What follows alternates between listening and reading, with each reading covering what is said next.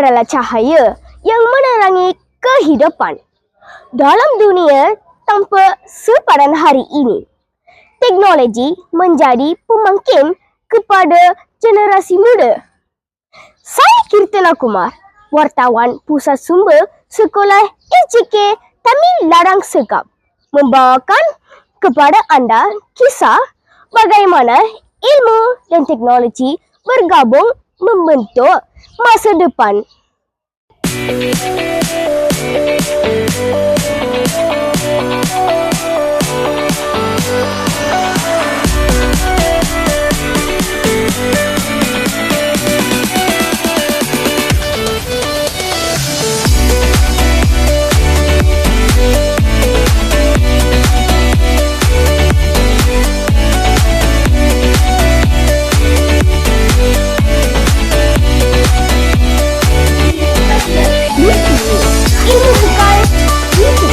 Dipelajari, tetapi dihayati dan disemai dalam jiwa setiap murid.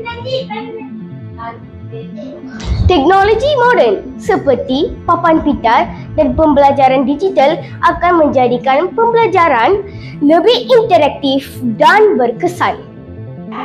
இது நம்ம படிச்சோம் இல்லையா?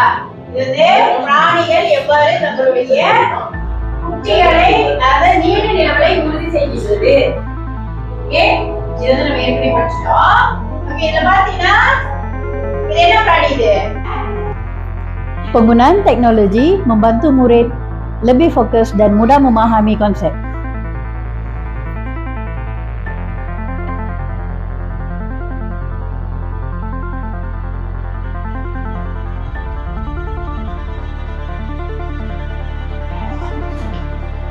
Saya suka belajar menggunakan smartboard kerana menarik dan mudah memahami.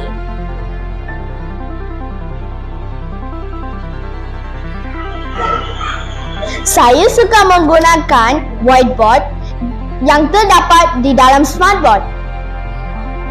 Pendekatan ini membuka ruang kepada pembelajaran yang menyeronokkan.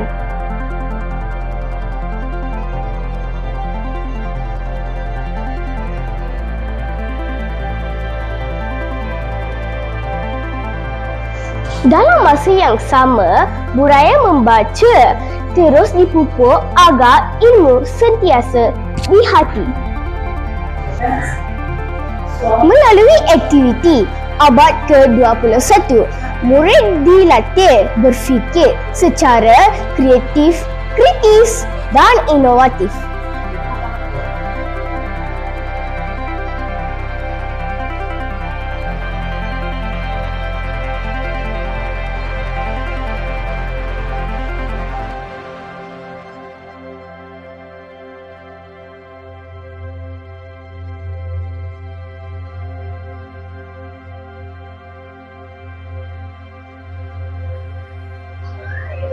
Guru sebagai pemuda cara sentiasa membimbing dengan penuh dedikasi dalam melahirkan generasi berilmu.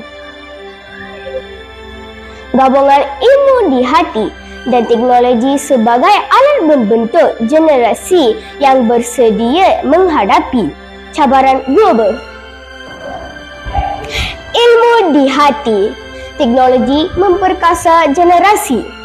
Dilaporkan oleh Kirtana Kumar, wartawan PSS SJK Tamil Larang Sekam. Terima kasih.